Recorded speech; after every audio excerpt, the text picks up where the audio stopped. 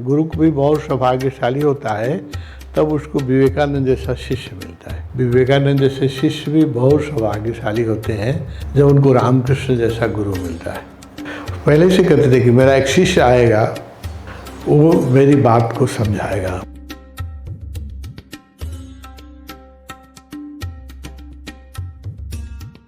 रामकृष्ण जैसे लोग भारत में, नेपाल में और विश्व में ही जन्मते ही रहते हैं, लेकिन उनके बारे में हम लोगों को कोई जानकारी नहीं मिलती है, क्योंकि वो ऐसे सौभाग्यशाली नहीं होते हैं। गुरु को भी बहुत सौभाग्यशाली होता है तब उसको विवेकानंद जैसा शिष्य मिलता है। विवेकानंद जैसे शिष्य भी बहुत सौभाग्यशाली होते हैं जब उनको रामकृष्ण जैसा गुरु मिलता है। तो एक विवेकानंद ने सारे विश्व में, हिंदुस्तान नेपाल में नहीं, सारे विश्व में रामकृष्ण की परिचय दे दी। एक व्यक्ति ने, वो भी जिया कितना, सिर्फ 39 ईयर। रामकृष्ण से मिलने के बाद वो पृथ्वी में, वो विद्यार्थी ही थे जब रामकृष्ण से मिले तो विद्यार्थी थे, है ना। 19-20 साल की उनकी उम्र थी। 1886 में रामकृष्ण ने शरीर छोड़ दिया। उस समय फोटोग्राफी नई नई आई थी हिंदुस्तान में। ये जो पिक्चर आपने देखा, वो जो फोटो आया तो रामकृष्ण अपने फोटो को खुद ही पैर छूने लगे। तो लोग को बड़ा आश्चर्य हुआ है कि उनको तो इतने मस्त थे, तो लोग जो नहीं जानते थे वो तो उनको पागल ही समझते थे। पागल जैसा ही व्यवहार भी था उनका।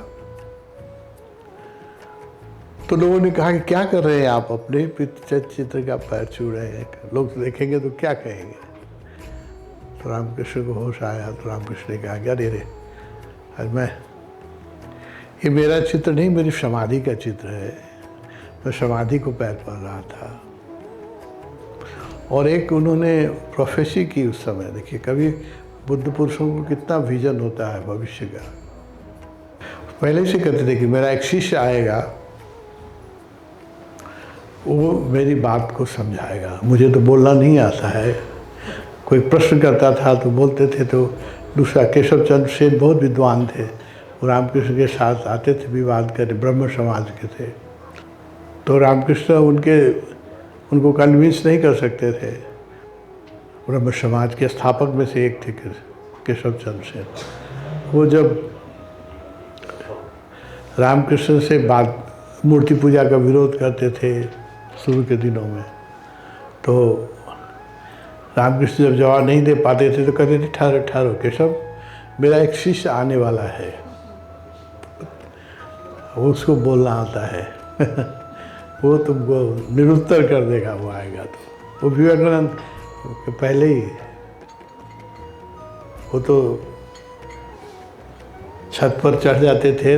वहाँ दक्षिणेश्वर में जो मंदिर है जिसमें रहते थे, कमरा है उनका रामकृष्ण का। आप लोग कलकत्ता जाएं, वहाँ ज़रूर जाएं, बहुत पवित्र एनर्जी है। उसके छत पर बैठ जाते थे और चिल्लाते थे, नरेंद्र तू आता क्यों नहीं है, कहाँ है। जब विवेकानंद नहीं आए थे उस समय से वो चिल्लाते थे, तू लोग कहाँ है, आता क्यों नहीं है। तुम लोग सुनोगे तो आश्चर्य होगा। वर्ल्ड कांग्रेस में जो उनका इन्विटेशन था, उनका इन्विटेशन कार्ड कहीं खो गया। कोई जानता नहीं था अमेरिका में उनको। जिस दिन उनको भाषण देना था, उस रात में उनके सोने के पास जगह नहीं थी, तो रेलवे स्टेशन पर जो शिकागो में मालगाड़ी के डिब्बे में, मालगाड़ी में जिसमें पड़ाल रहता है ना, पड़ाल में सोए वो रात में, क्योंकि उनके पास कपड़े भी नहीं थे और रहने की जगह नहीं थी। उस आदमी ने जो सुबह में रामकृष्ण पर प्रवचन दिया, तो देखो कैसा जादू होता है। जब कोई व्यक्ति समर्पित हो जाता है तो कैसा जादू होता है। उन्होंने जो स्पीच में सब लोग जो एड्रेस करते थे कि अमेरिकन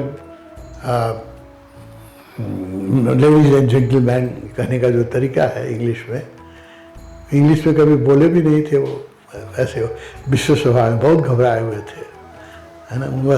उम्र भी कितनी बहुत कम थी, 30 साल के रहे होंगे, है ना। 30 भी नहीं, 27 साल के थे, 27-28 साल के थे, नवयुवक। अब बोलने का उतना बड़ा कांग्रेस में कहीं बोले नहीं, इंग्लिश में बोला है, मातृभाषा भी बंगला थी उनकी। 5 मिनट दिया तो बहुत नर्वस थे वो, क्या बोलेंगे, है ना। तो सब लोग एड्रेस कर रहे थे कि American ladies and gentleman, respected ladies and gentleman, representative of all religion, है ना, सबका नाम ले रहे थे। ये जब खड़े हुए, एनी बेसेंट ने पढ़ा लिखा है, उसको पढ़िएगा, एनी बेसेंट उसमें थी, उसने देखा, उसके पास आंखें थी, हम लोग के पास तो आंख भी नहीं होती है ना, हम लोग तो कुछ देखते भी नहीं है, कुछ लोगों के पास आंख होती है, उसके पास आंख थी। तो स्वामी जी खड़े हुए बोलने के लिए, तो उन्होंने एड्रेस किया, my American brother and sister, ladies and gentleman नहीं कहा, हाँ, American brother and sister from different, my brother and sister from different religion. मैंने एनी बेसेंट की किताब में पढ़ा है। उनके पीछे देखा उसने कि एक व्हाइट आकृति, एनी बेसेंट के पास आंखें थी, थर्ड आई चलता था उसका, वो देख सकती थी। उसने देखा कि विवेकानंद के पीछे एक हिंदू सन्यासी पीछे एस्ट्रल बॉडी में खड़ा है, धोती पहने हुए है। उस समय वो रामकृष्ण को जानती भी नहीं थी एनी बेसेंट कौन है। वो तस्वीर देखी कि एक हिंदू सन्यासी पीछे खड़ा है, वाइट धोती पहने हुए खड़ा है। स्वामी वो रामकृष्ण थे, पीछे रामकृष्ण थे एस्ट्रल बॉडी में, इसलिए एनर्जी हुई। तो ताली बजना जो शुरू हुआ, तो विवेकानंद को जो टाइम दिया, लोग इतने हिप्नोटाइज हो गए एड्रेस से, उनको एक ही लाइन बोलने का मौका मिला, my American brother and sister from different religious group. एक सेंटेंस बोलने का मौका मिला, ताली जो बजने लगी, लोग ताली बजते हैं, जब बहुत खुश होकर ताली बजाते हैं वेस्ट में, तो खड़े हो जाते हैं लोग, तो सारा ऑडियंस खड़ा हो गया। My brother and sister from different religion group and from America, इतने ही में एक ही सेंटेंस में 5 मिनट ताली बजती रह गई। क्या था, पीछे रामकृष्ण की शक्ति थी, खड़े थे रामकृष्ण पीछे। वो एनिमेशन के अपनी लाइफ पढ़ोगे तो उसमें वो एनिमेशन ने देखा कि एस्ट्रल बॉडी में रामकृष्ण पीछे। उस बाद में एनिमेशन ने फोटो देखा तो कहा कि ये तो रामकृष्ण, उनको पता भी नहीं था कि रामकृष्ण कैसे है, क्या है। रामकृष्ण के शरीर छोड़ने के बाद 86 में रामकृष्ण ने शरीर छोड़ा, स्वामी जी ने शायद 1902 में शरीर छोड़ा है, तो 14 2 16 साल, 16 साल में उन्होंने सारे विश्व में रामकृष्ण की पहचान बना ली। एक आदमी था, उसकी गुरु भक्ति थी उसके साथ, और संकल्प, तो अमेरिका आए, इंग्लैंड, पूरे यूरोप में, और आज रामकृष्ण को सारी दुनिया में लोग जानते हैं। कोई भी ऐसा धार्मिक व्यक्ति नहीं होगा विश्व में जो रामकृष्ण का नाम न सुना हो। एक आदमी ने करीब, वो भी उनका जो कार्यकाल हुआ है 12 साल करीब उन्होंने काम किया है। 12 साल में उन्होंने सारे, और इतना बड़ा मठ बनाया वहाँ, रामकृष्ण मिशन बेलूर मठ, इतना बड़ा। रामकृष्ण तो कमरे में रहते थे दक्षिणेश्वर के टेम्पल में। स्वामी जी ने तो इतना बड़ा मठ बनाया, बेलूर मठ।